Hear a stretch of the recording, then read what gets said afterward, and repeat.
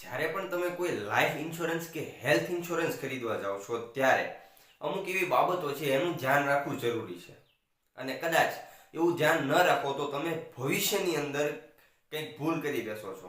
અને એટલા માટે આજે વાત કરવી છે માત્ર ને માત્ર આ લાઈફ ઇન્સ્યોરન્સની, એટલે કે લાઈફ વીમો, એની વાત કરવી છે આજે.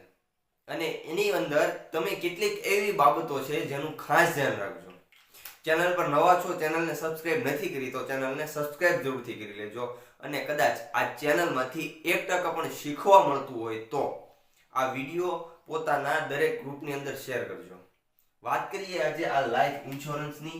અને એની અંદર જ્યારે તમે કોઈ પણ પોલિસી લ્યો છો ત્યારે શું ધ્યાન રાખશો.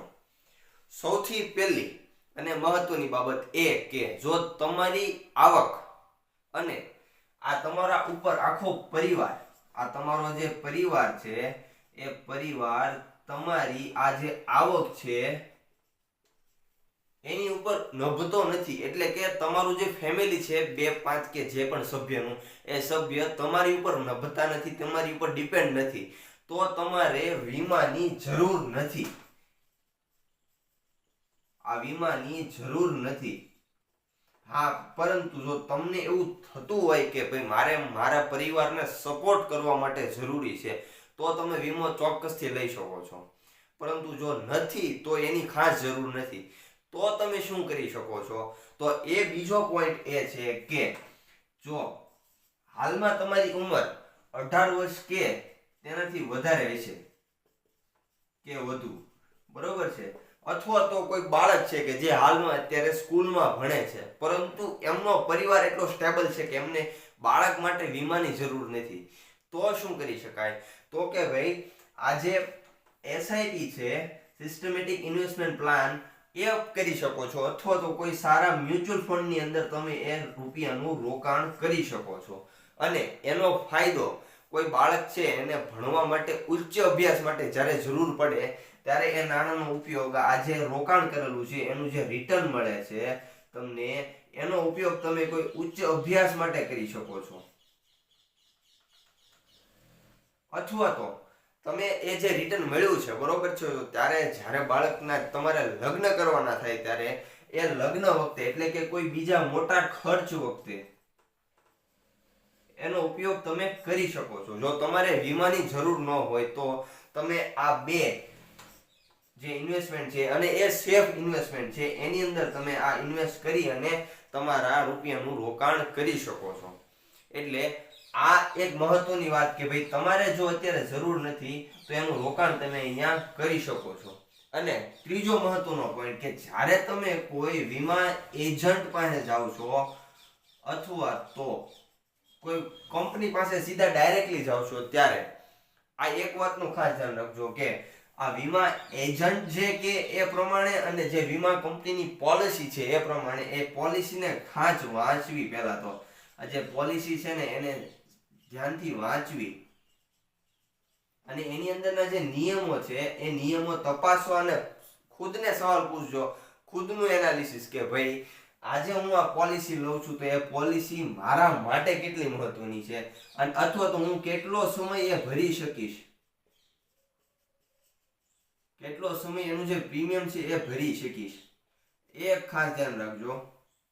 બીજું કે તમારો વીમો, જે વીમાનું કવર છે, લાઈફ ઇન્સ્યોરન્સનું જે કવર છે કે હેલ્થ ઇન્સ્યોરન્સનું જે કવર છે એ કેટલા સુધીનું લઈ શકાય, તો કે ભાઈ તમારી જે આ આવક છે એ આવકના 10 થી 15 ગણું લઈ શકાય. એટલે કે જો તમારી આવક અત્યારે હાલમાં 10,000 રૂપિયા હોય તો એના 10 ગણા, એટલે કે 1 લાખ રૂપિયા સુધીની લઈ શકાય. અથવા તો તમારી આવક 20,000 રૂપિયા હોય તો એના 10 ગણા, એટલે કે 2 લાખ રૂપિયા સુધીનો તમારો વીમા કવર હોવું જોઈએ.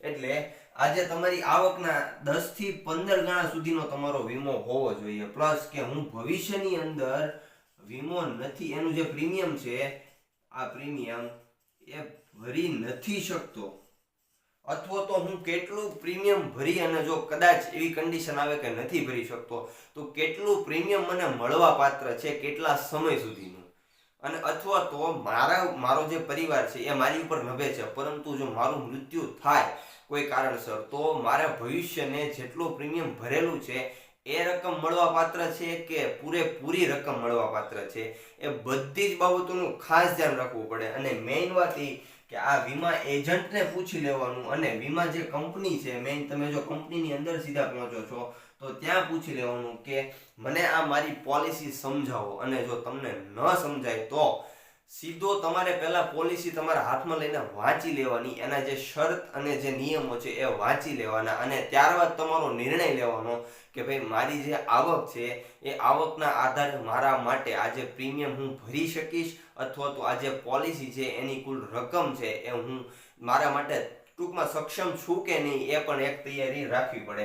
એટલા માટે જ્યારે પણ તમે વીમો ખરીદો છો, અને આ ખાસ આ વિડીયોની અંદર વાત કરી એ આ લાઈફ ઇન્સ્યોરન્સની વાત કરી કે જ્યારે તમે લાઈફ કે કોઈ હેલ્થ ઇન્સ્યોરન્સ લેવા જાઓ છો ત્યારે આવી કેટલીક બાબતોનું ખાસ ધ્યાન રાખજો. જો તમારું સ્વાસ્થ્ય સારું હોય તો પણ તમારે કદાચ જરૂર નથી, હા, પરંતુ ચોક્કસ જરૂર ક્યારે પડે કે જ્યારે તમારો પરિવાર તમારી ઉપર નભતો હોય, તમે કમાવાવાળા માત્ર એક જ વ્યક્તિ હો તમારા કુટુંબની અંદર, તમારા ઘરની અંદર, ત્યારે તમારે વીમાની જરૂર ચોક્કસથી પડે. અને એનું પ્રીમિયમ પણ તમારે કેટલું રાખવું, કેટલા ટકા એટલે કે આજે કેટલું ગણું છે, મારી આવકના કેટલા ગણા મારે રાખવું, એનું પણ તમારે ખાસ ધ્યાન રાખવું પડે. એટલે જ્યારે પણ તમે વીમો લેવા જાઓ છો ત્યારે આ કેટલીક બાબતોનું ખાસ ધ્યાન રાખજો.